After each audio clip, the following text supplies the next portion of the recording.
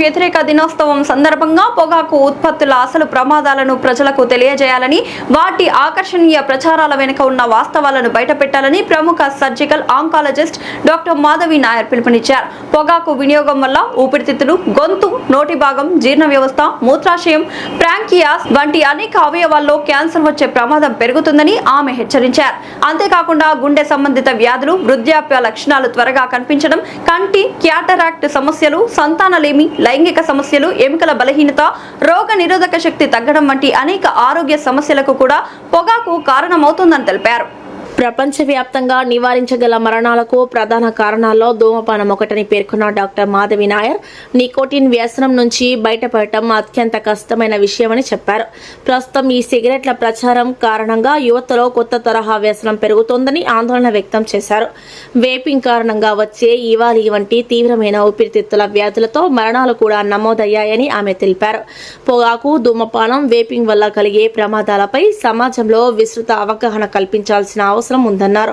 పొగ తాగడం మానాలనుకునే వారికి కుటుంబ సభ్యులు, స్నేహితులు, వైద్య నిపుణులు అండగా నిలవాలని, అలవాటు నుంచి బయటపడేందుకు అవసరమైన మార్గదర్శకత్వం అందించాలని డాక్టర్ మాధవి నాయర్ సూచించారు. పొగాకు ముసుగును తొలగిద్దాం, ఆరోగ్యకరమైన సమాజ నిర్మాణానికి కలిసి ముందుకు సాగుదామని ఆమె పిలుపునిచ్చారు.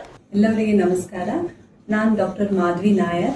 ನಾನು Manipal hospitals cancer surgeon, ಆಂಕೋ surgeon. Madam, ಈ ತಂಬಾಕು ಬರೀ ಶ್ವಾಸಕೋಶವನ್ನು ಮಾತ್ರ ಡ್ಯಾಮೇಜ್ ಮಾಡ್ತಾ ಇತ್ತು ಮತ್ತು ಈಗ ಅಂಗಾಂಗಗಳನ್ನೆಲ್ಲ ಮಾಡ್ತಾ ಇದೆ ಅಂತ ಹೇಳ್ತಾ ಇದ್ದಾರೆ. ಇದು ಎಷ್ಟು ಮಟ್ಟಿಗೆ ನಿಜ ಮೇಡಮ್? ಅದು ಅಲ್ಲ, ಅದು ಪೂರ್ತಿ ಕರೆಕ್ಟ್ ನೀವು ಹೇಳ್ತಿದ್ದೀರಾ. ಈಗ ತಂಬಾಕು ಸ್ಮೋಕಿಂಗ್ಗೋಸ್ಕರ ಎಲ್ಲವರಿಗೆ ತುಂಬಾ ತೊಂದರೆಗಳು ಬರ್ತಾ ಇದೆ. ಕಣ್ಣಲ್ಲಿ ಕ್ಯಾಟ್ರಾಕ್ಟ್ ಬರ್ತಾ ಇದೆ, ಮೈಯಲ್ಲಿ ಕ್ಯಾನ್ಸರ್ ಬರ್ತಾ ಇದೆ, ಬಾಯಲ್ಲಿ, ನಾಲಿಗೆಯಲ್ಲಿ ಗಂಟ್ಲು ಕ್ಯಾನ್ಸರ್, ಈ ಫುಡ್ ಪೈಪ್ ನಾವು ಈಸೋಫೇಗಸ್ ಕ್ಯಾನ್ಸರ್ ಅಂತ ಹೇಳ್ತೀವಿ, ಪ್ಯಾಂಕ್ರಿಯಾಸ್ದು, ಕರಳ್ದು, ಯೂರಿನರಿ ಬ್ಲಾಡರ್ ಎಲ್ಲ ಕಡೆ ಕ್ಯಾನ್ಸರ್ದು ಕಾಸ್ ಸಿಗರೆಟ್ ಸ್ಮೋಕಿಂಗ್ ಅಂತ ನಾವು ಈಗ ಕಂಡಿದ್ವಿ. ಮತ್ತೆ ಕೆಲವರಿಗೆ ಈ ಇನ್ಫರ್ಟಿಲಿಟಿ ಪ್ರಾಬ್ಲಮ್ಸ್, ಪ್ರೆಗ್ನೆನ್ಸಿ ಪ್ರಾಬ್ಲಮ್ಸ್, ಅಂತರ ಸೆಕ್ಷುವಲ್ ಡಿಸ್ಫಂಕ್ಷನ್, ಅದನ್ನು ಸಿಗರೆಟ್ ಸ್ಮೋಕಿಂಗ್ಗೋಸ್ಕರ ಇರ್ಬೋದು. ಕೆಲವರಿಗೆ ವೀಕ್ನೆಸ್, ಬೋನ್ ಹೆಲ್ತ್ ವೀಕ್ನೆಸ್, ಈ ತರ ಕೆಲವರಿಗೆ ಜಾಸ್ತಿ fatigue, stress, anxiety, depression, mental health issues ಎಲ್ಲ ಸಿಗರೆಟ್ ಸ್ಮೋಕಿಂಗ್ ಇಂದ ಲಿಂಕ್ ಆಗ್ತಾ ಇದೆ. ಸೊ ಈಗ ಇಷ್ಟು ನಾವು ರಿಸರ್ಚ್ ಮಾಡ್ತಾ ಇದೀವಿ, ಇನ್ನ ಬರ್ಬೋದು ನೆಕ್ಸ್ಟ್ 5-10 years ಅಲ್ಲಿ ಈ ಸಿಗರೆಟ್ ಸ್ಮೋಕಿಂಗ್ಗೋಸ್ಕರ ತುಂಬಾ ಆರೋಗ್ಯಕ್ಕೆ ಹಾನಿ ಪ್ರಾಬ್ಲಮ್ಸ್ ಬರ್ತಾ ಇದೆ. ಈ ಹೊಗೆ ರಹಿತ ತಂಬಾಕು ಅಂತಂದ್ರೆ ಯಾವ ತರ ಮೇಡಮ್? ಅದು ಇನ್ನೊಂದ್ಸತಿ ಹೇಳ್ತೀರಾ? ಸ್ಮೋಕ್ ಬರದ ಸಿಗರೆಟ್ಸ್, ವೇಪಿಂಗ್ ಅಂತ ಈ ಸಿಗರೆಟ್ಸ್, ಅದು ಆಕ್ಚುಲಿ ಇತ್ತೀಚೆಗೆ ಒಂದು ಬರೀ 10 ವರ್ಷ ಆಗಿದೆ ಬಂದಾದ್ಮೇಲೆ. ಈ ಕೋವಿಡ್ ಸಮಯದಲ್ಲಿ ನಾವು ನೋಡಿದೀವಿ ತುಂಬಾ ಜಾಸ್ತಿ ಆಗ್ತಾ ಇದೆ.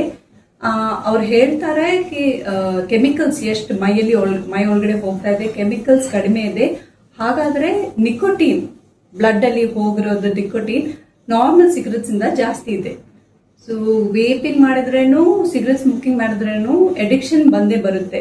ಅಂಡ್ ನಿಕೋಟಿನ್ ಅಡಿಕ್ಷನ್ ನಿಲ್ಸಕ್ಕೆ ತುಂಬಾ ಕಷ್ಟ ಆಗುತ್ತೆ. ಸೊ ಅದಕ್ಕೆ ಪ್ರೊಫೆಷನಲ್ ಹೆಲ್ಪ್ ಎಲ್ಲ ತಗೋಬೇಕಾಗುತ್ತೆ. ಸೊ ವೇಪಿಂಗ್ ಸೇಫರ್ ಅಂತ ನಾವು ಹೇಳಲ್ಲ. ವೇಪಿಂಗ್ ಅಕಸ್ಮಾತ್ ನಿಮ್ಗೆ ಸಿಗರೆಟ್ ಸ್ಮೋಕಿಂಗ್ ನಿಲ್ಸ್ಬೇಕು, ನಿಮ್ಗೆ ತಡೆಯಕ್ ಆಗ್ತಾ ಇಲ್ಲ, ಅದಕ್ಕೋಸ್ಕರ ಕೆಲವರು ವೇಪಿಂಗ್ ಮಾಡ್ತಾರೆ ಸೆಸೇಷನ್ಗೆ, ಸ್ವಲ್ಪ ವೇಪಿಂಗ್ ಮಾಡಾದ್ಮೇಲೆ ಫುಲ್ ಸ್ಟಾಪ್ ಮಾಡಕ್ಕೆ. ಬಟ್ ವೇಪಿಂಗ್ ಸೇಫರ್ ಅಲ್ಲ. ಮೇಡಮ್, ಇವಾಗ ಲೇಡೀಸ್ ಸ್ಮೋಕ್ ಮಾಡೋದು ಕಾಮನ್ ಫ್ಯಾಷನ್ ಅಂತ ಅನ್ಕೋತೀನಿ. ಹೌದು. ಸೊ ಹಿಂಗಿರುವಾಗ ಸ್ಟಾರ್ಟಿಂಗ್ ಸ್ಟೇಜ್ ಅಲ್ಲಿ ಏನೋ ಪ್ರಾಬ್ಲಮ್ ಹೊಡಿತಾ ಇದೆ ಅಂತ ಗೊತ್ತಾಗೋದು ಯಾವ ಸಿಂಪ್ಟಮ್ಸ್ ಇಲ್ಲ? ಸೊ ಸಿಗರೆಟ್ ಸ್ಮೋಕಿಂಗ್ ಯೂಶಲಿ ತಕ್ಷಣ ತುಂಬಾ ಜನಗೆ ಕೆಮ್ಮು ಬರುತ್ತೆ, ಶ್ವಾಸಕ್ಕೆ ತೊಂದರೆಗಳು ಬರುತ್ತೆ, ತುಂಬಾ ದೂರ ಅವ್ರಿಗೆ ನಡೆಯಕ್ ಆಗಲ್ಲ, ಆ ತರ ಎಲ್ಲ ಇಮಿಡಿಯೇಟ್ ಆಗಿ ಬರ್ಬೋದು. ವೇಪಿಂಗ್ ಇಂದ ಅಕ್ಯೂಟ್ ಲಂಗ್ ಇಂಜುರಿ ಬರ್ಬೋದು. ಕೆಲ ಇನ್ಸ್ಟೆನ್ಸಸ್ ಇದ್ದಾರೆ ದಟ್ ಈ ವೇಪಿಂಗ್ ಗೋಸ್ಕರ ಡೆತ್ನು ಆಗ್ಬಿಟ್ಟಿದೆ. ಯಾಕಂದ್ರೆ ವೇಪಿಂಗ್ ಅಲ್ಲಿ ಒಂದು ಲಿಕ್ವಿಡ್ ಏರೋಸಾಲ್ ಮಾಡಿ ಒಳಗಡೆ ಹೋಗುತ್ತೆ. ಸೊ ಲಂಗ್ ಇಂಜುರಿ ತಕ್ಷಣ ಆಗ್ಬಹುದು. ಅದು ಒಂದು. ಮತ್ತೆ ಮಿಕ್ಕಿದೆಲ್ಲ ನಾವು ಹೇಳ್ತಾ ಇದ್ವಿ, ಬ್ಲಡ್ ಪ್ರೆಷರ್, ಹಾರ್ಟ್ ತೊಂದರೆ, ಸ್ಟ್ರೋಕ್, ಅದೆಲ್ಲ ತುಂಬಾ ವರ್ಷ ಆದ್ಮೇಲೆನೆ ಬರುತ್ತೆ. ಇಮಿಡಿಯೇಟ್ ಆಗಿ ಸಿಂಪ್ಟಮ್ಸ್ ಬರಲ್ಲ. ಸೊ ಒಂದು 10 years ಆದ್ಮೇಲೆ, 20 years ಆದ್ಮೇಲೆನೆ ನಮ್ಗೆ ಈ ಕ್ಯಾನ್ಸರ್ ಮತ್ತೆ ಬ್ಲಡ್ ಪ್ರೆಷರ್ ಜಾಸ್ತಿ ಆಗೋದು, ಸ್ಟ್ರೋಕ್ ಬರೋದು ಅಂತದೆಲ್ಲ ಕಾಯಿಲೆಗಳು ಬರುತ್ತೆ, ಅದರದ್ದು ಸಿಂಪ್ಟಮ್ಸ್ ಬರುತ್ತೆ, ತಕ್ಷಣ ಬರಲ್ಲ. ಸೊ ಹುಕ್ಕಾ ದೆನ್ ಸಿಗರೇಟ್ ಏನ್ ಡಿಫ್ರೆನ್ಸ್ ಇದೆ ಮ್ಯಾಮ್? ಸೊ ಹುಕ್ಕಾ ಆರ್ ವೇಪಿಂಗ್, ಹುಕ್ಕಾ ನಾವು ಒಳಗಡೆ ತಗೊಳ್ತಾ ಇದ್ವಿ. ಒಂದು ಮೋಸ್ಟ್ ಡೇಂಜರ್ ಅಂತಂದ್ರೆ most danger cigarette smoking. But ನಾವು ಆ ತರ ಮೀಡಿಯಾದಲ್ಲಿ ಹೇಳಿದ್ರೆ ಈ ಹುಡುಗರು ಮಕ್ಕಳು ಅನ್ಕೋತಾರೆ ವೇಪಿಂಗ್ ಮಾಡಿದ್ರೆ ಸೇಫ್ ಆಗಿರ್ತೀರಾ. ಆ ತರ ಇಲ್ಲ, ಲೆಸ್ ಹಾರ್ಮ್ಫುಲ್ ಇದೆ. ಬಟ್ ಅದನ್ನು ಬರೀ 10 ವರ್ಷದಿಂದ ನಾವು ನೋಡ್ತಾ ಇದೀವಿ. ಇನ್ನೊಂದು 10 ವರ್ಷ ಆದ್ಮೇಲೆ ನಮ್ಗೆ ಗೊತ್ತಾಗುತ್ತೆ ವೇಪಿಂಗ್ ಇಂದ ಏನೇನ್ ತೊಂದರೆಗಳು ಬರ್ಬೋದು. ಸೊ ನಾವು ಬರೀ ಲೆಸ್ ಹಾರ್ಮ್ಫುಲ್ ಅಂತ ಹೇಳ್ತೀವಿ. ಅಂದ್ರೆ ಸಿಗರೆಟ್ ಸ್ಮೋಕಿಂಗ್ ಒಂದು ಬಸ್ ಆಕ್ಸಿಡೆಂಟ್ ತರ ಇದೆ, ವೇಪಿಂಗ್ ಒಂದು it's like car accident. 2 accidents, 2ರಲ್ಲಿ ನಿಕೋಟಿನ್ ಮೈ ಒಳಗಡೆ ಹೋಗ್ತಾ ಇದೆ, 2ರಲ್ಲಿ ಅಡಿಕ್ಷನ್ ಬರ್ತಾ ಇದೆ. ಬಟ್ ಮೇ ಬಿ ವೇಪಿಂಗ್ ಅಲ್ಲಿ ಕೆಮಿಕಲ್ಸ್ ಸ್ವಲ್ಪ ಕಡಿಮೆ ಇದೆ, ಟಾರ್ ಕೋಲ್ ಅದೆಲ್ಲ ಸ್ವಲ್ಪ ಕಡಿಮೆ ಇದೆ. ಈ ಕ್ಲಾಸಿಕ್ ಸಿಗರೆಟ್ಸ್ ಅಲ್ಲಿ ಸ್ವಲ್ಪ ಜಾಸ್ತಿ ಇರುತ್ತೆ. ಸೊ ಈ ಸೆಲೆಬ್ರೇಷನ್ ಅಂತ ಮಾಡ್ತಾ ಇರ್ತೀವಿ ಮ್ಯಾಮ್, ಇಯರ್ಲಿ ಒನ್ಸ್ ಮಾಡೋದು ಕಾಮನ್. ಸೊ ಮೆಜಾರಿಟಿ ಪರ್ಸೆಂಟೇಜ್ ಕಮ್ಮಿ ಆಗಿದೆಯಾ ತೀರಾ ಹೈ ಆಗಿದೆಯಾ ನಿಮ್ ಪ್ರಕಾರ ತಂಬಾಕು ಸೇವನೆ ಅಂತ ಬಂದಾಗ? ತಂಬಾಕು ಸೇವನೆ ಇಂಪಾರ್ಟೆಂಟ್ ಇದು, ಅದಕ್ಕೆ ನಾವು ಸ್ವಲ್ಪ ಪಾಸಿಟಿವ್ ಆಗಿ ಇರಬೇಕು, ಮಾಡ್ತಾ ಇದಿರ್ಬೇಕು. ಬಟ್ ಇತ್ತೀಚೆಗೆ 2019 ಇಂದ ಸ್ವಲ್ಪ ವೇಪಿಂಗ್ ಜಾಸ್ತಿ ಆಗಿದೆ ಈ ನ್ಯೂ ಜನರೇಷನ್ ಅಲ್ಲಿ. ಅದಕ್ಕೆ ನಾವು ಸ್ವಲ್ಪ ಜಾಸ್ತಿ ಅವೇರ್ನೆಸ್ ಕೊಡಬೇಕು, ನಾವು ಜಾಸ್ತಿ ಎಜುಕೇಟ್ ಮಾಡಬೇಕು, ಈ ಮಕ್ಕಳಿಗೆ ತಿಳಿಸ್ಬೇಕು ಇದು ಸೇಫ್ ಅಲ್ಲ, ಇದರಲ್ಲಿ ತುಂಬಾ ತೊಂದರೆಗಳು ಬರ್ಬೋದು ನಿಮ್ ಆರೋಗ್ಯಕ್ಕೆ.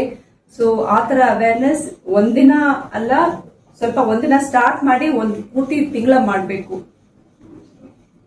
ಸೊ ಇತ್ತೀಚೆಗೆ ಮಕ್ಳ ಕೈಗೆಲ್ಲ ಈ ಉಕ್ಕಾ ಪ್ಯಾಟರ್ನ್ ಎಲ್ಲ ಸಿಗೋದು ತುಂಬಾ ಈಸಿ ವೇ. 7th 6th ಮಕ್ಳ ಕೈಲೆಲ್ಲ ಸಿಗ್ತಾ ಇದೆ. ಸೊ ಇದಕ್ಕೆ ಗವರ್ಮೆಂಟ್ ಏನು ರೂಲ್ಸ್ ತಗೊಳ್ಬೇಕು ಅಂತ ಹೇಳ್ತೀರಾ? ಸದ್ಯಕ್ಕೆ ಒಂದು ರೂಲ್ ಇದೆ ಗವರ್ಮೆಂಟ್ ಸೈಡ್ ಇಂದ.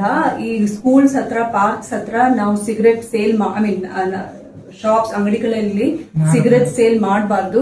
ಬಟ್ ಅದು ಯಾರು ಚೆಕ್ ಮಾಡ್ತಾ ಇದ್ದಾರೆ, ಅದು ಫೈನ್ ಏನದು, ಅದು ಪ್ರಾಕ್ಟೀಸ್ ಆಗಿ ಯಾಕಂದ್ರೆ ಕೇಸಸ್ ಬರ್ತಾ ಇದೆ. ಹೌದು, ನಾವು ನೋಡ್ತಾ ಇದ್ವಿ ಈಗ ತುಂಬಾ ಸ್ಕೂಲ್ಸ್ ಓಪನ್ ಆಗಿದೆ, ಚಿಕ್ಕ ಕಿಡ್ಸ್ ಕಾಸಲ್ ಅಂತ ಎಲ್ಲ.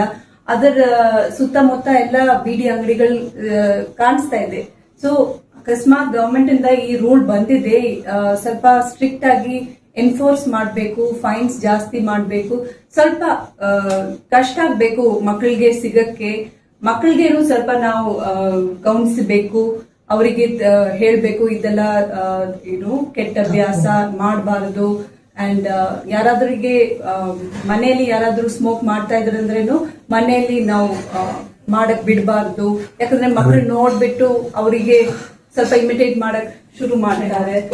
ಅಂಡ್ ಯಾರಾದ್ರೂ ಕ್ವಿಟ್ ಮಾಡಕ್ಕೆ, ಯಾರಾದ್ರೂ ಸಿಗರೆಟ್ ಸ್ಮೋಕಿಂಗ್ ನಿಲ್ಸಕ್ ಟ್ರೈ ಮಾಡ್ತಾ ಇದಾರೆ ಅಂದ್ರೆ ಅವರಿಗೆ ಸ್ವಲ್ಪ ಸಪೋರ್ಟ್ ಕೊಡಬೇಕು, ಎಂಕರೇಜ್ಮೆಂಟ್ ಕೊಡಬೇಕು. ಯಾಕಂದ್ರೆ ಅದು ಸ್ವಲ್ಪ ಕಷ್ಟ ತಕ್ಷಣ ಕ್ವಿಟ್ ಮಾಡಕ್ಕೆ.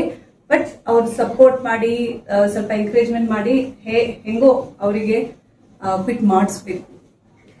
ಈ ತಂಬಾಕಿನ ಲಕ್ಷಣಗಳೇನು ಮೇಡಮ್? ಕ್ಯಾನ್ಸರ್ ಬರೋದಕ್ಕೆ ಕ್ಯಾನ್ಸರ್ನ ಲಕ್ಷಣಗಳೇನು? ಕ್ಯಾನ್ಸರ್ ತಂಬಾಕು ಅಲ್ಲಿ, ಸ್ಮೋಕಿಂಗ್ ಅಲ್ಲಿ ತುಂಬಾ ಕೆಮಿಕಲ್ಸ್ ಇರುತ್ತೆ. ಆ ಕೆಮಿಕಲ್ಸ್ ಅಲ್ಲಿ 1,000 ಮೇಲೆ ಕೆಮಿಕಲ್ಸ್ ಇರ್ಬೋದು. ಅದರಲ್ಲಿ ಕೆಲ ಕೆಮಿಕಲ್ಸ್ ನಾವು ಕಾರ್ಸಿನೋಜನ್ಸ್ ಅಂತ ಹೇಳ್ತೀವಿ. ಕಾರ್ಸಿನೋಜನ್ಸ್ ಅಂದ್ರೆ ಆ ಪದಾರ್ಥದಿಂದ ನಮ್ದು ಸೆಲ್ದು ಸ್ವಲ್ಪ ಜೆನೆಟಿಕ್ ಮ್ಯೂಟೇಶನ್ ಆಗ್ತಾ ಇದೆ.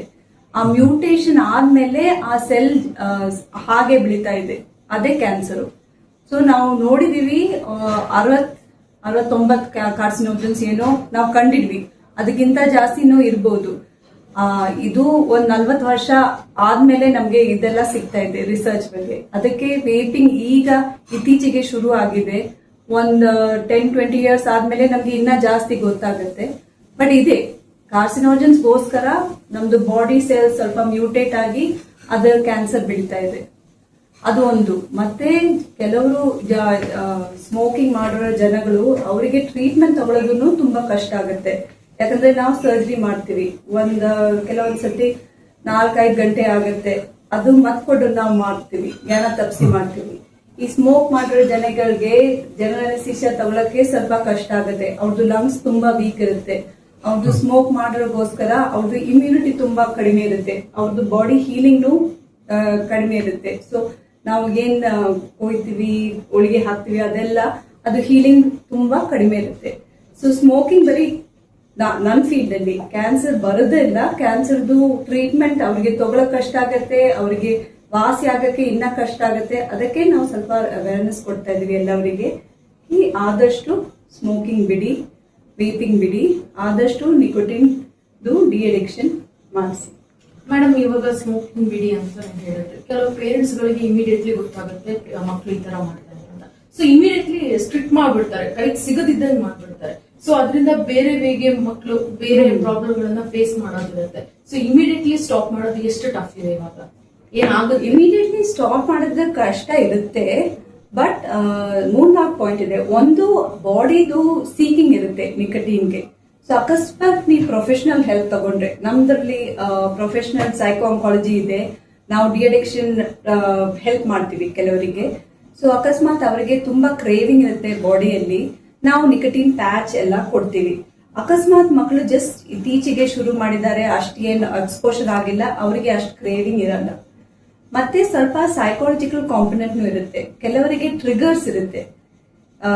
ಮಕ್ಕಳು ಏನಕ್ಕೆ ಸ್ಮೋಕ್ ಮಾಡ್ತಾ ಇದ್ದಾರೆ, ಅವ್ರು ಟಿವಿಯಲ್ಲಿ ನೋಡಿದ್ದಾರೆ, ಏನೋ ಸ್ಟೈಲಿಗೆ ಮಾಡ್ತಾ ಇದ್ದಾರೆ, ಅವ್ರು ಬೋರ್ ಆಗಿ ಮಾಡ್ತಾ ಇದ್ದಾರೆ, ಯಾರೋ ಮನೆಯಲ್ಲಿ ಮಾಡ್ತಾ ಇದ್ದಾರೆ, ಅದ್ ನೋಡಿ ಮಾಡ್ತಾ ಇದ್ದಾರೆ. ಅದ್ ಏನ್ ಟ್ರಿಗರ್ ನಾವು ಫಸ್ಟ್ ಕಂಡಿಡ್ಬೇಕು, ಅದಕ್ಕೆ ನಾವು ಸೊಲ್ಯೂಷನ್ ಕೊಡ್ಬೇಕು. ಮತ್ತೆ ಈ ಕೌನ್ಸಿಲಿಂಗ್ ಮತ್ತೆ ಸ್ವಲ್ಪ ಪ್ರೊಫೆಷನಲ್ ಹೆಲ್ಪ್ ಹೋಗಕ್ಕೆ ಕೆಲವು ಜನ ಸ್ವಲ್ಪ ಹೆಸಿಟೇಟ್ ಮಾಡ್ತಾರೆ, ಯಾಕಂದ್ರೆ ಯಾರು ಹೋಗ್ತಾರೆ ಎಲ್ಲವರಿಗೆ ಗೊತ್ತಾಗುತ್ತೆ. ಅದು ನೀವು ಮಾಡಬಾರ್ದು. ಅಕಸ್ಮಾತ್ ಯಾರಾದ್ರಿಗೆ ಕಷ್ಟ ಇದೆ, ವಯಸ್ಸು ಹುಡುಗರಿಗೂ ವಯಸ್ಸು ಮಕ್ಕಳಿಗೆ ಪ್ರಾಬ್ಲಮ್ ಆಗ್ತಾ ಇದೆ ನಿಲ್ಸಕ್ಕೆ, ಆದಷ್ಟು ನೀವು ಕೌನ್ಸಿಲಿಂಗ್ ತಗೊಳ್ಳಿ, ಪ್ರೊಫೆಷನಲ್ ಹೆಲ್ಪ್ ತಗೊಳ್ಳಿ, ಅವರಿಗೆ ಹೆಲ್ಪ್ ಮಾಡಿ. ಈ ತರ ಅನ್ಕೋಬೇಡಿ ನಾವು ಯಾರಿಗೆ ಬೇಡ, ನಾವು ಸೀಕ್ರೆಟ್ ಆಗಿ ಇಟ್ಕೊಳ್ಳೋಣ ಮನೆಯಲ್ಲಿ, ಅವ್ರು ಏನ್ ಅನ್ಕೋತಾರೆ, ಅಲ್ಲ, ಆ ತರ ಎಲ್ಲ. ನೀವು ಸ್ವಲ್ಪ ಹೆಲ್ಪ್ ತಗೊಳ್ಳಿ, ಒಂದು ಸ್ಟ್ರಾಟಜಿ ಮಾಡಿ ಕ್ಲೀನ್ ಆಗಿ ಡಿ ಅಡಿಕ್ಷನ್ ಮಾಡಿಸಿ. ನಿಮ್ಮಲ್ಲಿ ಕೌನ್ಸಿಲಿಂಗ್ ವ್ಯವಸ್ಥೆ ಇದೆಯಾ ಮೇಡಮ್? ಇದೆ, ಹೌದು. ಕೌನ್ಸಿಲಿಂಗ್ ತುಂಬಾ ಇಂಪಾರ್ಟೆಂಟ್ ನಮ್ಗೆ, ಯಾಕಂದ್ರೆ ತುಂಬಾ ಜನ ಇದು ಸ್ಮೋಕಿಂಗ್ ಮಾಡಿ ನಮ್ ಕಡೆ ಬರ್ತಾರೆ. ನಾವು ಈಗ ಅಕಸ್ಮಾತ್ ಲಂಗ್ ಕ್ಯಾನ್ಸರ್ ಇಂದ ಬಂದಿದ್ಮೇಲೆ ಇವತ್ತು ನಾವು ಸ್ಮೋಕಿಂಗ್ ಅವರಿಗೆ ನಿಲ್ಸಿದ್ರೆ ಅಟ್ಲೀಸ್ಟ್ 1-2-3 ವೀಕ್ಸ್ ನಾವು ಫಿಸಿಯೋಥೆರಪಿ ಮಾಡಿಬಿಟ್ಟೆ ನಾವು ಸರ್ಜರಿ ಮಾಡ್ತೀವಿ. ಯಾಕಂದ್ರೆ ತಕ್ಷಣ ಮಾಡಿದ್ರೆ ಅವರಿಗೆ ಹೀಲಿಂಗ್ ಕೆಪಾಸಿಟಿ, ಅವರಿಗೆ ಅನೆಸ್ಥಿಸಿಯಾ ತಡೆಯಕ್ಕೆ ತುಂಬಾ ಕಷ್ಟ ಆಗುತ್ತೆ. ಸೊ ಅವರಿಗೆ ಆ ಸ್ಮೋಕಿಂಗ್ ನಿಲ್ಸಕ್ಕೆ ಹೆಲ್ಪ್ ಬೇಕಾಗುತ್ತೆ. ಸೊ ನಮ್ಗೆ ಕೌನ್ಸಿಲರ್ಸ್ ಇದೆ, ಸೈಕೋ ಆಂಕಾಲಜಿ ಸಪೋರ್ಟ್ ಇದೆ, ನಾವು ಅವರಿಗೆ ಕೌನ್ಸಿಲ್ ಮಾಡ್ತೀವಿ, ಅವರಿಗೆ ಎಕ್ಸ್ಪ್ಲೇನ್ ಮಾಡ್ತೀವಿ. ಅಂಡ್ ಅವರಿಗೆ ತುಂಬಾ ಹೆಲ್ಪ್ ಬೇಕಾಗುತ್ತೆ, ಯಾಕಂದ್ರೆ ಕೆಲವರಿಗೆ ಅದು ಒಂದು ಹ್ಯಾಬಿಟ್ ಆಗುತ್ತೆ, almost part of their life. So ಅದು ಬಿಡಕ್ಕೆ ಅವರಿಗೆ ಆದಷ್ಟು ಸಪೋರ್ಟ್ ಬೇಕಾಗುತ್ತೆ. ಮೇಡಮ್, ಇವಾಗ ಕೌನ್ಸಿಲಿಂಗ್ ಮಾಡ್ತೀನಿ ಅಂತ ಹೇಳಿದ್ರೆ ಮೇಜರ್ ಒಂದು ರೀಸನ್ ಇದೇ ಇರುತ್ತೆ, ಯಾಕಂದ್ರೆ ಯಾವಾಗ ಲೋನ್ಲಿನೆಸ್ ಬರುತ್ತೋ ಅವಾಗ ಕಾಮನ್ ಇದು. ಸೊ ಮೇಜರ್ ರೀಸನ್ ಏನಿದೆ ಮೇಡಮ್ ನಿಮ್ಮ ಹತ್ರ ಬಂದಿದೆ? ಸೊ ಯಂಗರ್ ಜನರೇಷನ್ ಅಲ್ಲಿ ನಾವು ನೋಡಿದೀವಿ, ಮೇಜರ್ ರೀಸನ್ ಇಸ್ ಬೋರ್ಡಮ್. ಅವರಿಗೆ ಬೇರೆ ಏನ್ ಮಾಡಕ್ ಇರ್ಲಿಲ್ಲ, ಸೊ ಅವ್ರು ಸ್ಮೋಕ್ ಮಾಡ್ತಾ ಇದ್ದಾರೆ. ಅವ್ರು ಏನೋ ಪ್ರಾಜೆಕ್ಟ್ ಮಾಡ್ತಾ ಇದ್ದಾರೆ, ಬೇರೆ ಏನ್ ಮಾಡಕ್ ಇಲ್ಲ, ಸೊ ಅವ್ರು ಅದ್ರ ಜೊತೆ ಸ್ಮೋಕ್ ಮಾಡ್ತಾ ಇದ್ದಾರೆ. ಸೊ ಬೋರ್ಡಮ್ ಒಂದು ಫ್ಯಾಕ್ಟರ್. ಮತ್ತೆ ಒಂದು ಪಿಯರ್ ಪ್ರೆಷರ್. ಕೆಲವರು ಈ ಸೋಷಿಯಲ್ ಮೀಡಿಯಾದಲ್ಲಿ ವೇಪಿಂಗ್ ಮಾಡಿ ಅವ್ರದ್ದು ಫೋಟೋ ಪೋಸ್ಟ್ ಮಾಡ್ತಾರೆ, ಅವ್ರದ್ದು ಫಾಲೋವರ್ಸ್ ಎಲ್ಲ ಅನ್ಕೋತಾರೆ ಅದೇ ಕೂಲ್, ಅದೇ ಸ್ಟೈಲು. ಸೊ ಆ ಪಿಯರ್ ಪ್ರೆಷರ್ನು ನಾವು ನೋಡಿದ್ವಿ ಯಂಗರ್ ಜನರೇಷನ್ ಅಲ್ಲಿ. ಪ್ರೀವಿಯಸ್ ಜನರೇಷನ್ ಅವ್ರಿಗೆ ರೂಢಿ ಆಗ್ಬಿಟ್ಟಿದೆ, ಆ ಜನರೇಷನ್ ಅಲ್ಲಿ ಅವ್ರಿಗೆ ಮಾಡ್ತಿದ್ರು ಅದೇ ಹ್ಯಾಬಿಟ್ ಕಂಟಿನ್ಯೂ ಆಗ್ತಾ ಇದೆ. ಸೊ ಸ್ಮೋಕಿಂಗ್ ಕ್ವಿಟ್ ಮಾಡಕ್ಕೆ ಕೆಲವರು ಟ್ರೈ ಮಾಡಿದ್ದಾರೆ, ಮನೆಯಲ್ಲಿ ಚಿಕ್ಕ ಮಕ್ಕಳಿದೆ, ಟ್ರೈ ಮಾಡಿದ್ದಾರೆ, ಬಟ್ ಅವರಿಗೆ ಅಷ್ಟು ಸಪೋರ್ಟ್ ಸಿಗ್ಲಿಲ್ಲ. ಸೊ ಅವ್ರು ಆಚೆ ಹೋಗ್ಬಿಟ್ಟು ಹಾಗೆ ಕಂಟಿನ್ಯೂ ಮಾಡ್ತಾ ಇದ್ದಾರೆ. ಸೊ ಅದೇ ನಾವು ಬ್ರೇಕ್ ಮಾಡಬೇಕು, ಎಲ್ಲವರಿಗೆ ಗೊತ್ತಾಗಬೇಕು ಇದು ನಿಲ್ಸ್ಬೋದು, ಪ್ರೊಫೆಷನಲ್ ಹೆಲ್ಪ್ ತಗೊಳ್ಳಿ.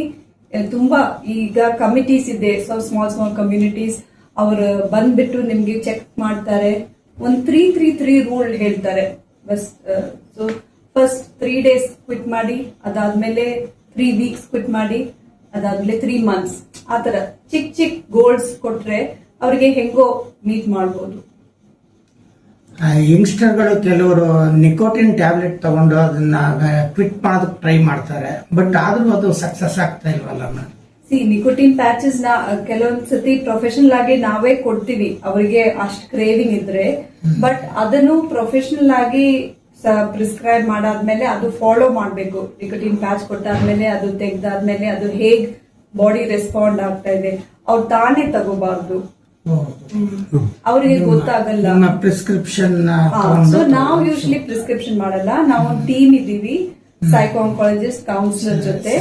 ಸೊ ನಾವು ಒಂದು ಡಿ ಅಡಿಕ್ಷನ್ ಟೀಮ್ ತರ ಅವರಿಗೆ ಗೈಡ್ ಮಾಡ್ತೀವಿ. ಸೊ ನಿಮ್ಗೆ ಆ ಯಂಗ್ಸ್ಟರ್ಸ್ ಯಾರು ಕ್ವಿಟ್ ಮಾಡ್ತಾ ಇದಾರೆ ಅವರಿಗೆ ಸರಿಯಾಗಿ ಗೈಡೆನ್ಸ್ ಸಿಕ್ಕಿದ್ರೆ, ಸಪೋರ್ಟ್ ಸಿಕ್ಕಿದ್ರೆ, ಅಕಸ್ಮಾತ್ ಅವರಿಗೆ ತಕ್ಷಣ ಒಂದ್ 3 months ಅವ್ರು ಸ್ಮೋಕ್ ಮಾಡಿಲ್ಲ, ಒಂದಿನ ಅವ್ರು ಸ್ಮೋಕ್ ಮಾಡಿದ್ರು, ಅವ್ರು ಬಂದ್ಬಿಟ್ಟು ಹೇಳ್ಬಹುದು ಆತರ ಸೇಫ್ಟಿ ನೆಟ್ ನನ್ಗೆ ಆಗ್ಲಿಲ್ಲ, ನಾನ್ ಮಾಡಿದೀವಿ. ಸೊ ಆತರ ನಾವು ತಿರ್ಗಾ ಹೆಲ್ಪ್ ಮಾಡ್ತೀವಿ. ಅವ್ರಿಗೆ ಭಯ ಇದೆ, ಅವ್ರಿಗೆ ಹೇಳಕ್ ಆಗಲ್ಲ, ಅವ್ರ ಸೀಕ್ರೆಟ್ ಆಗಿ ಇಟ್ರೆ ತಿರ್ಗಾ ಎಲ್ಲ ಕೊಲಾಪ್ಸ್ ಆಗುತ್ತೆ. ಸೊ ಆ ಸೇಫ್ಟಿ ನೆಟ್ ಬಿಲ್ಡ್ ಮಾಡ್ಬೇಕು. ಅವರಿಗೆ ಏನಕ್ಕೆ ಸಿಗರೆಟ್ ಬೇಕಿತ್ತು, ಏನ್ ಟ್ರಿಗರ್ ಇತ್ತು, ಅವ್ರು ಮಾಡಿದ್ರೇನು ಓಕೆ ತಪ್ಪಿಲ್ಲ, ಬಂದ್ ಹೇಳಿ, ನಾನ್ ತಿರ್ಗಾ ನಿಮ್ಗೆ ಹೆಲ್ಪ್ ಮಾಡ್ತೀನಿ, ಆತರ ನಾವು ಅವರಿಗೆ ಗೈಡೆನ್ಸ್ ಕೊಡ್ಬೇಕು. ಹೌದು ಮೇಡಮ್, ಪ್ರೆಗ್ನೆಂಟ್ ಲೇಡೀಸ್ಗೂ ಪ್ರಾಬ್ಲಮ್ ಜಾಸ್ತಿ ಇದೆ ಮೇಡಮ್. ಹೌದು, ನಾವು ಪ್ರೆಗ್ನೆನ್ಸಿಯಲ್ಲಿ ನಾವು ತುಂಬಾ ಸ್ಟ್ರಿಕ್ಟ್ ಇದ್ದೀವಿ. ಎಲ್ಲವರಿಗೆ ಹೇಳ್ತೀನಿ, ಆದಷ್ಟು ಸ್ಮೋಕ್ ಮಾಡಬೇಡಿ. ಅಂಡ್ ಮಿಕ್ಕಿದ್ದೆಲ್ಲ ಜನ ಯಾರು ಸ್ಮೋಕ್ ಮಾಡ್ತಾ ಇದ್ದಾರೆ ಅವ್ರ ಪಕ್ಕದಲ್ಲಿ ಇರಬೇಡ. ಯಾಕಂದ್ರೆ ಪ್ರೆಗ್ನೆನ್ಸಿ ಟೈಮ್ ಅಲ್ಲಿ ಚಿಕ್ಕ ಮಗು ಫೀಟಸ್ ಅದು ಇನ್ನ ಬೆಳೀತಾ ಇದೆ. ಸೊ ಅದರದ್ದು ಆರ್ಗನ್ಸ್ ಎಲ್ಲ ಬರೀ ಫಾರ್ಮ್ ಆಗ್ತಾ ಇದೆ. ಈ ನಿಕೋಟಿನ್ ಮತ್ತೆ ಇದೆಲ್ಲ ಕಾರ್ಸಿನೋಜನ್ಸ್ ಎಕ್ಸ್ಪೋಸ್ ಮಾಡಿದ್ರೆ ಸ್ವಲ್ಪ ಡೇಂಜರಸ್. ಸೊ ಈಗಿರೋ ಬಿಸಿ ಲೈಫ್ ಅಲ್ಲಿ ನಮ್ಮ ಹತ್ರ ಒಂದು ಮೂಢನಂಬಿಕೆ ಇದೆ, ಈ ಸಿಗರೆಟ್ ಸೇರಿದ್ರೆ ಅಂದ್ರೆ ನಮ್ ತಲೆ ತುಂಬಾ ಶಾರ್ಪ್ ಆಗಿ ಓಡುತ್ತೆ ಅನ್ನೋದು. ಸೊ ಇದು ಎಷ್ಟು ಮಟ್ಟಿಗೆ ನಿಜ ಅಂತ ನಾನ್ ಡಾಕ್ಟರ್ ಆಗಿ ನಾನು ಹೇಳ್ತೀನಿ, ಇಟ್ ಇಸ್ ಕಂಪ್ಲೀಟ್ಲಿ ಫಾಲ್ಸ್. ಆ ಶಾರ್ಪ್ನೆಸ್, ಆ ಫೋಕಸ್ ದಯವಿಟ್ಟು ಚೇಸ್ ಮಾಡಬೇಡಿ. ಆ ಫೋಕಸ್, ಆ ಶಾರ್ಪ್ನೆಸ್ ಅಕಸ್ಮಾತ್ ನಿಮ್ಗೆ ಸಿಕ್ಕಿದ್ರೇನು ನೀವು ಒಂದು 2-3 days ಸ್ಮೋಕ್ ಮಾಡಾದ್ಮೇಲೆ ಅದು ಹೋಗುತ್ತೆ. ಸೊ ಅದು ನಿಜ ಅಲ್ಲ. ನೀವು ಬೇರೆ lot of other, non coffee ಅಂತ ಹೇಳಲ್ಲ, ಬಟ್ ಮೈಂಡ್ಫುಲ್ನೆಸ್, ಸ್ವಲ್ಪ ಡಿಸಿಪ್ಲಿನ್ ಲೈಫ್, ಎಕ್ಸರ್ಸೈಸ್ ಅಂತ ಎಲ್ಲ ಮಾಡಿದ್ರೆ ಅದೇ ಶಾರ್ಪ್ನೆಸ್, ಅದೇ ಮೆಂಟಲ್ ಅಕ್ಯೂಟಿ ಎಲ್ಲ ಬರ್ಬೋದು, ಅದೇ ಹೆಲ್ತಿ. ಸೊ ಅದೇ ನೀವು ಸಸ್ಟೈನ್ ಮಾಡಿದ್ರೆ ಇಟ್ ಬಿ ಬೆಟರ್. ಈ ಚೈನ್ ಸ್ಮೋಕರ್ಸ್ಗೆ ಮತ್ತೆ ರೆಗ್ಯುಲರ್ ಸ್ಮೋಕರ್ಸ್ ಬಿಡೋದಕ್ಕೆ ನಿಮ್ ಸಲಹೆಗಳು ಏನ್ ಮೇಡಮ್ ಕೊನೆಯದಾಗಿ? ನಾನ್ ಇದೇ ಹೇಳ್ತೀನಿ ದಟ್ ದಯವಿಟ್ಟು ಈ ತರ ಅನ್ಕೋಬೇಡಿ, ನಿಮ್ಗೆ ಕ್ವಿಟ್ ಮಾಡಕ್ ಆಗಲ್ಲ. ಎಲ್ಲರಿಗೆ ಕ್ವಿಟ್ ಮಾಡಬಹುದು, ಕಷ್ಟ ಆಗತ್ತೆ, ಬಟ್ ನಾವು ನಿಮ್ಗೆ ಹೆಲ್ಪ್ ಮಾಡ್ತೀವಿ. ನೀವು ಫಸ್ಟ್ ಡಿಸೈಡ್ ಮಾಡ್ಬೇಕು, ಫಸ್ಟ್ ಡಿಸಿಷನ್ ನಾನ್ ಕ್ವಿಟ್ ಮಾಡ್ತೀನಿ, ಆ ತರ ಕಮಿಟ್ಮೆಂಟ್ ತಗೋಬೇಕು. ನೀವೊಂದ್ ಕಾರಣ ತಗೋಬೇಕು, ನಾವ್ ಏನಕ್ಕೆ ಕ್ವಿಟ್ ಮಾಡ್ತಾ ಇದ್ವಿ, ನಿಮ್ ಹೆಲ್ತ್ಗೋಸ್ಕರ, ಮಕ್ಕಳಿಗೋಸ್ಕರ ಏನಕ್ಕೆ ನೀವು ಕ್ವಿಟ್ ಮಾಡ್ತಾ ಇದ್ರ, ಆ ಕಾರಣ ಸ್ಟ್ರಾಂಗ್ ಇರಬೇಕು. ಮತ್ತೆ ನೀವು ಪ್ರೊಫೆಷನಲ್ ಹೆಲ್ಪ್ ತಗೊಳ್ಳಿ ದಯವಿಟ್ಟು. Chain smokers especially professional help ತಗೊಳ್ಳಿ ದಯವಿಟ್ಟು. Don't be embarrassed, seek help. ನಾವು ನಿಮ್ಗೆ ಗೈಡ್ ಮಾಡ್ತೀವಿ, ನಿಮ್ಗೆ ಹೆಲ್ಪ್ ಮಾಡ್ತೀವಿ. ಯಾಕಂದ್ರೆ ಬಾಡಿದು ಕ್ರೇವಿಂಗ್ ಇರುತ್ತೆ, ನಮ್ಗೆ ಗೊತ್ತು, ನಿಮ್ಗೇನು ಕಷ್ಟ ಸಡನ್ಲಿ ಕ್ವಿಟ್ ಮಾಡಕ್ಕೆ, ನಾನ್ ಹೆಲ್ಪ್ ಮಾಡ್ತೀವಿ. But it is possible.